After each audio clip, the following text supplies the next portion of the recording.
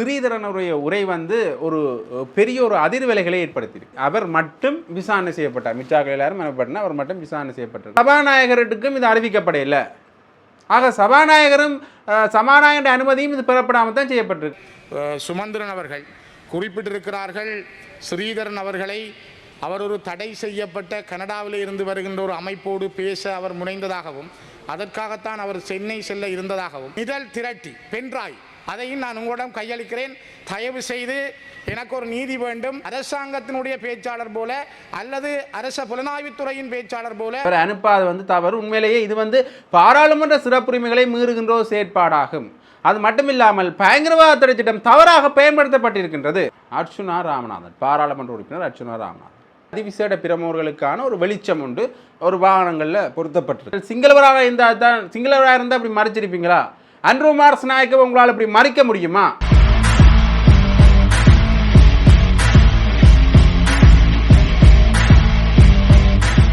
ஜெஃப்னாபடியன் சொந்தங்களுக்கு வணக்கம். இன்றைய தினம் பாராளுமன்றம் காரசாரமாக போய்கொண்டிருந்தது. அதிலையும் குறிப்பாக ஸ்ரீதரனுடைய உரை வந்து ஒரு பெரிய ஒரு அதிர்வலைகளை ஏற்படுத்தியிருக்கு. ஏற்கனவே ஸ்ரீதரன் உங்களுக்கு தெரியும், இந்த விமான நிலையத்தில் மறைத்து விசாரணை செய்யப்பட்டார். அதாவது வந்து அயலக தமிழர் விழாவுக்காக இந்தியாவுக்கு சென்றிருந்த வேளை அவர் மட்டும் விசாரணை செய்யப்பட்டார். மிச்சாக்கள் எல்லாரும் மனப்பட்டன, அவர் மட்டும் விசாரணை செய்யப்பட்டிருக்கிறார் விமான நிலையத்தில். அது உங்களுக்கு ஏற்கனவே தெரியும். அது தொடர்பாக பலரும் பலவிதமான விடயங்களை சொன்ன வண்ணமே இருந்தார்.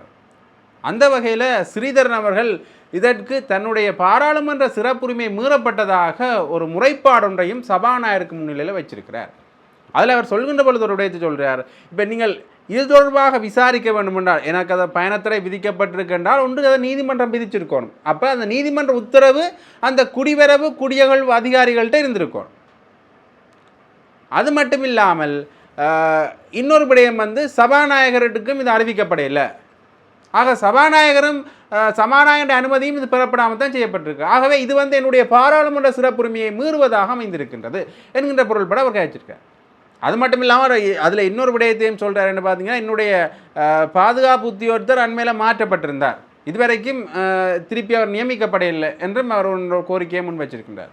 ஆக அவர் இதை தொடர்படுத்தி தான் கதைக்கிறார் என்கின்ற ஒரு கேள்வியும் எழுந்திருக்கின்றது. அதோட இன்னொரு விஷயத்தை அவர் சொல்லியிருக்கார் சுமந்திரன் தொடர்பாக. ஏற்கனவே நாங்கள் முன்னைய காணொலியில் சொல்லியிருப்போம், சுமந்திரன் அவர்கள் இதற்கான காரணத்தை வெளியிட்டிருக்கின்றார், ஒரு ஊகமாக இதற்கான காரணத்தை வெளியிட்டிருக்கின்றார் என்று முன்னைய காணொலியில் சொன்னாங்க. அந்த விடயத்தில் அவர் என்ன விஷயத்தை சொன்னார்ன்றா, கனடாவில் இருக்கிற இலங்கையில் தடை செய்யப்பட்ட ஒரு அமைப்போட அது ஒரு அமைப்பு வந்து அழைப்பிதழ் விடுத்திருந்தது. தமிழ் தேசிய பரப்பில் இருக்கிற உறுப்பினர்களுக்கு வந்து அழைப்பிதழ் விடுக்கப்பட்டிருந்தது. ஒரு கலந்துரையாடல் நடக்கணும், அது வந்து இலங்கையில் நடத்த முடியாது. ஆகவே இங்கே இந்தியாவில் இருக்கிற சென்னையில் வந்து இந்த கலந்துரையாடல் நடத்த வேண்டும் என்று. அப்போ இந்த தகவல் தெரிஞ்சுதான் குடிவரவு குடியகழ்வு திணைக்களத்தினர் வந்து இவரும் அந்த கனடாவில் இருக்கிற, அதாவது வந்து ஸ்ரீதரனும் அந்த கனடாவில் இருக்கிற தடை செய்யப்பட்ட இலங்கையில் தடை செய்யப்பட்ட அமைப்போட கலந்துரையாடலை மேற்கொள்ள போகின்றாரோ என்கின்ற காரணத்துக்காக அந்த ஊகத்தின் அடிப்படையில் அவர்கள் இவரை விசாரணை செஞ்சிருக்கலாம் என்று சுமந்திரன் அவர்கள் கூறியிருந்தார். அதை இன்று பாராளுமன்றத்தில் ஸ்ரீதரன் அவர்கள் எதிர்ப்பலைகளையும் தெரிவிச்சிருக்கிறார். அவர் கூறிய அந்த கருத்துக்கு எதிர்ப்பலைகளை தெரிவிச்சிருக்கின்றார். அதில் அவர் சொல்கின்ற பொழுது ஒரு முக்கியமான விடயத்தை சொல்கிறார். என்ன பார்த்தீங்கன்னா, நான் எந்த ஒரு கனடாவில் இருக்கிற எந்த ஒரு பயங்கரவாத அமைப்பினரோடையும், அதாவது வந்து தடை செய்யப்பட்ட எந்த ஒரு அமைப்பினோடையும் நான் வந்து கலந்துரையாட போகவில்லை. அவர்கிட்ட இது தொடர்பாக கதைக்கின்ற பொழுது இவர் சென்னையிலையும் என்னட்ட இது தொடர்பாக அவர் கதைக்கல. அது தொடர்பாக நாங்கள் விசாரிக்கின்ற பொழுது அவர் சொல்லியிருந்தார், ஊடகங்கள் வாயிலாக இது தெரிஞ்சதுண்டு. அப்போ எந்த ஊடகத்தில் இந்த செய்தி வந்ததுன்றது அவர் உடனடியாக தெரியப்படுத்தணும் என்றும் ஸ்ரீதரன் அவர்கள் சொல்லியிருக்கார். Question of privilege. The Honorable Sivanyanam Sridharan, Member of Parliament.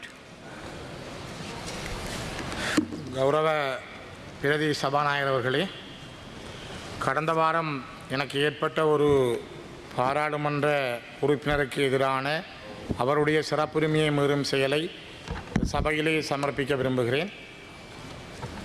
யாழ்ப்பாண தேர்தல் மாவட்டத்தினுடைய நாடாளுமன்ற உறுப்பினர் சிவஞானம் ஸ்ரீதரன் ஆகிய நான் தமிழ்நாடு அரசின் ஒழுங்கமைப்பில் 2025/1/11 2025/1/12 தேதிகளில் சென்னை நந்தம்பாக்கத்தில் நடைபெற்ற அயலக தமிழர் தின நிகழ்வில் சிறப்பு விருந்தினராக பங்கேற்கும் பொருட்டு 2025/1/10 கட்டுநாயக்க விமான நிலையம் ஊடாக நான் இந்தியாவுக்கு பயணமாகி இருந்தேன்.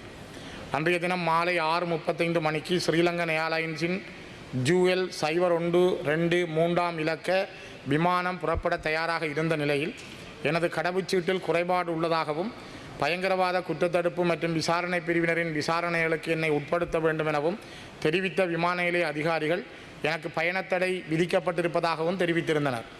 இதன்போது என்னுடன் இணைந்து பயணம் செய்வதற்காக விமான நிலையம் வருகை தந்திருந்த சக பாராளுமன்ற உறுப்பினரும் இலங்கை முஸ்லிம் காங்கிரஸ் கட்சியின் தலைவருமான கௌரவ ரவூப் ஹக்கீம் அவர்கள் மேற்கொண்ட முயற்சிகளின் பலனாக நீண்ட நேர விசாரணைகளின் பின்னர் விமானம் புறப்பட தயாராகிய இறுதி நேரத்தில் என்னை இந்திய பயணத்துக்கு அனுமதித்திருந்தனர்.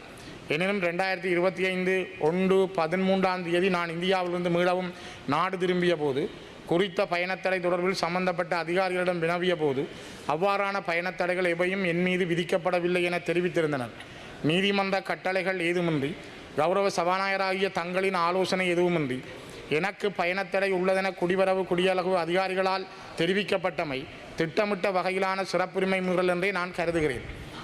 மக்களால் தெரிவு செய்யப்பட்ட ஒரு பாராளுமன்ற உறுப்பினராக எனக்கு இருக்கும் அடிப்படை சிறப்புரிமையை மீறும் வகையில் மேற்கொள்ளப்பட்ட மேற்படி விசாரணைகளின் பின்னணி குறித்து பாராளுமன்றத்தில் நான் கேள்வி எழுப்புவதோடு மிக முக்கியமாக இன்னுமொரு விடயத்தை நான் இந்த இடத்திலே பதிவு செய்ய விரும்புகிறேன்.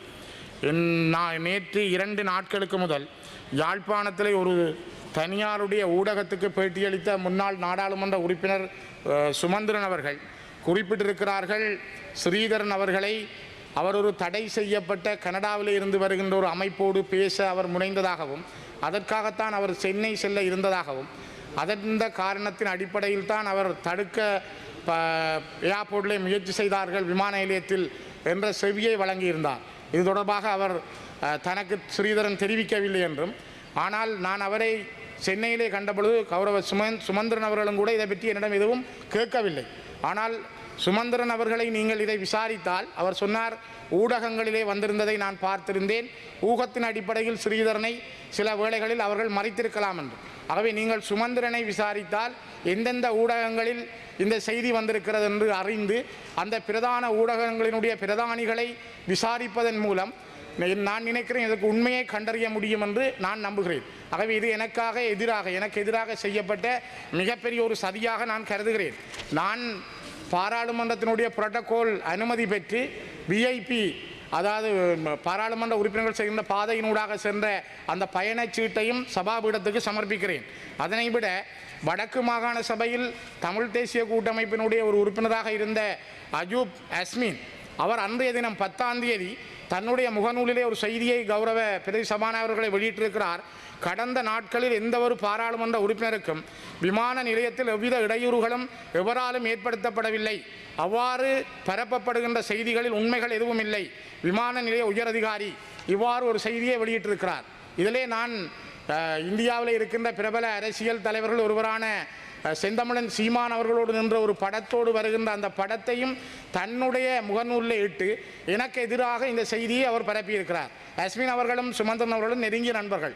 ஆகவே இதுக்கு பின்னாலே நான் நினைக்கிறேன் சுமந்திரன் சொன்ன செய்திக்கும் அஸ்மின் வெளியிட்டிருக்கிற முகநூலுக்கும் இடையில் ஏதோ ஒரு சங்கதி இருப்பது போல எனக்கு தெரிகிறது.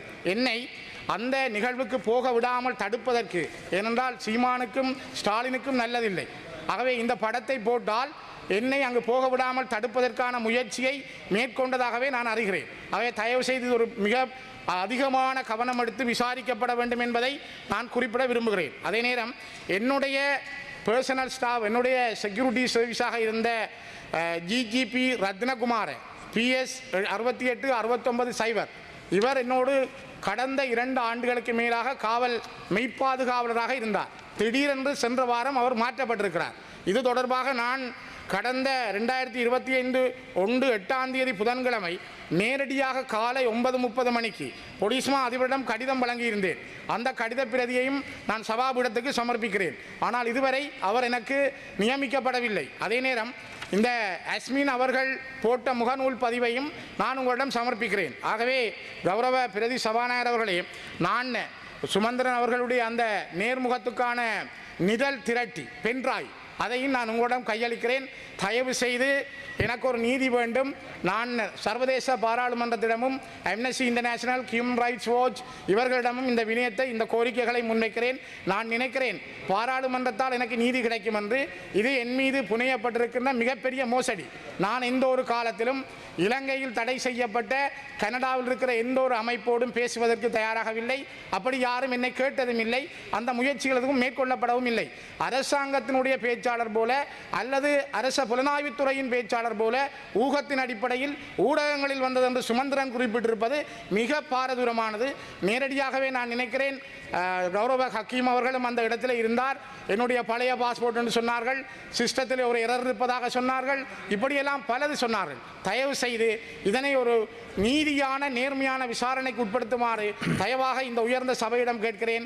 இல்லது நீங்கள் எனக்கு இதற்கான வழியை சொல்ல வேண்டும் என்பதையும் நான் இந்த இடத்திலே வெளிப்படையாக பதிவு செய்து எனக்கு தந்த அனுமதிக்கு நன்றி கூறி நிறைவு செய்கிறேன்.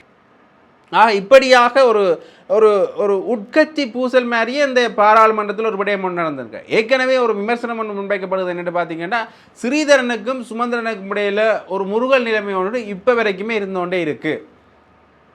அது ஆரம்பம் அங்கேன்னு பார்த்தீங்கன்னா, இந்த தலைவர் தெரிவில் இருந்தே இது ஆரம்பிச்சிட்டு, தெரிவு செய்யப்பட்ட தலைவராக ஸ்ரீதரன் அவர்கள் தெரிவு செய்யப்பட்ட பொழுது பின்னர் நீதிமன்றத்தில் வழக்கு தொடுக்கப்படுது இந்த தேர்தல் தொடர்பாக. அதாவது வந்து இந்த தமிழரசு கட்சியினுடைய தலைவரை தெரிவு செஞ்ச வாக்கெடுப்பில் வந்து நியாயப்படுத்தல்கள் இல்லை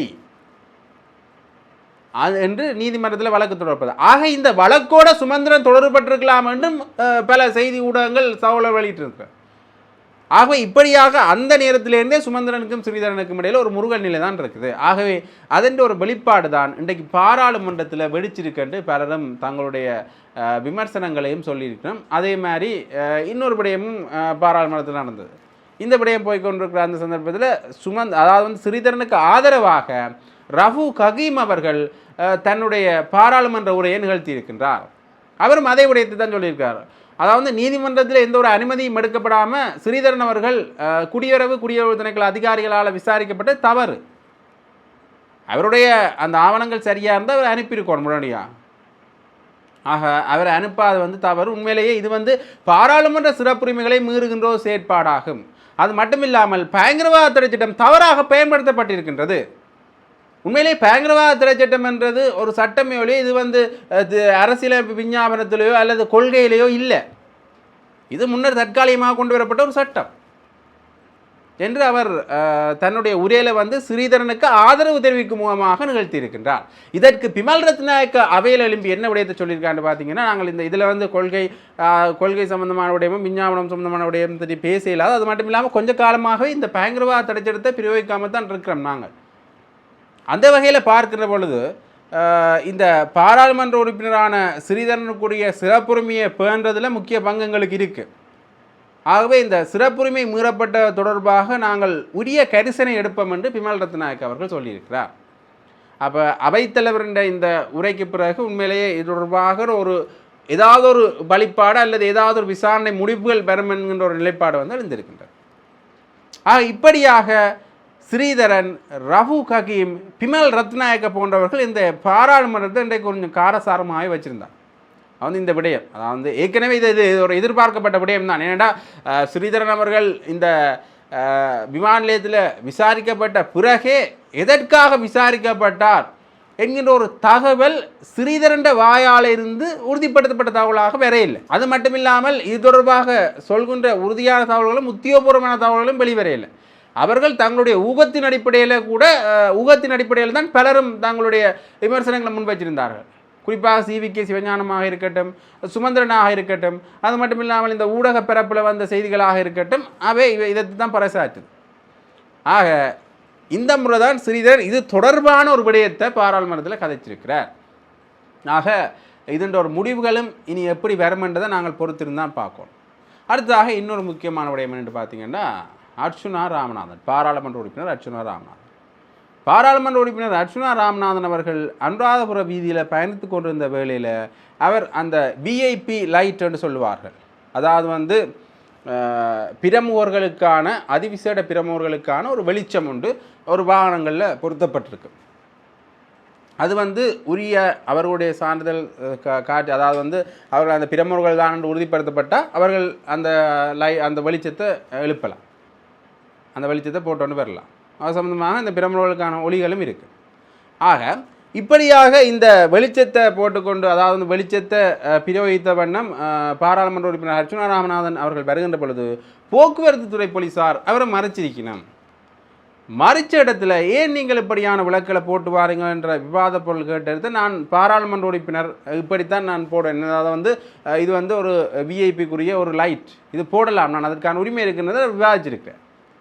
அதற்கு பிறகு உங்களுடைய அதாவது வந்து பாராளுமன்ற உறுப்பினர் என்கிறதுக்குரிய அந்த அனுமதி அட்டையை காட்டுங்க என்று பல கேள்விகள் அவரோட கேட்கப்பட்டது. அதாவது நீங்கள் விஐபியு அல்லது பாராளுமன்ற உறுப்பினருடைய அனுமதி அட்டை இருந்தால் காட்டுங்கன்னு கேள்விவிட்டார். அதற்கு பிறகும் அவர் போலீஸாரோட விவாதிச்சிருக்கின்றார்.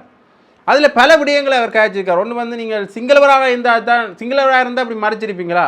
அன்ருகுமார் ஸ்நாயக்கை உங்களால் அப்படி மறைக்க முடியுமா? ஏன் என்ன மட்டும் மறைச்சிருக்கிறீங்கள்? நீங்கள் என்ன படித்த நீங்கள்? காபோதா சாதாரண தரம் படித்த உங்களுக்கு விளம் தான் தெரியும்.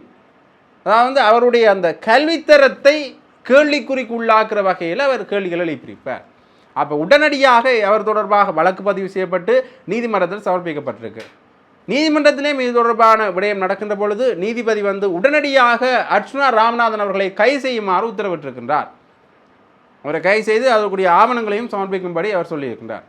ஆகவே மீண்டும் இந்த அர்ச்சுனா ராமநாதன், அதாவது பாராளுமன்ற உறுப்பினர் அர்ச்சுனா ராமநாதன் வந்து மீண்டும் இந்த சர்ச்சைகளை சிக்கிற ஒரு நபராகவே இருக்கின்றார். அது மட்டும் இல்லாமல் ஓரளவு அவர் மேலே ஒரு நல்ல அபிப்பிராயம் வருகின்ற சந்தர்ப்பத்தில் மீண்டும் இப்படியான ஒரு விடயங்களை அதாவது வந்து இப்படியான ஒரு முரண்பாடுகளில் ஈடுபட்டு தன்னுடைய அவப்பெயர்களையும் வழக்குகளையும் அதிகரித்து கொண்டே இருக்கின்றார் என்று சமூக வலைத்தளங்களில் அவர் மேலே விமர்சனமும் முன்வைக்கப்பட்டு கொண்டு இருக்கின்றது.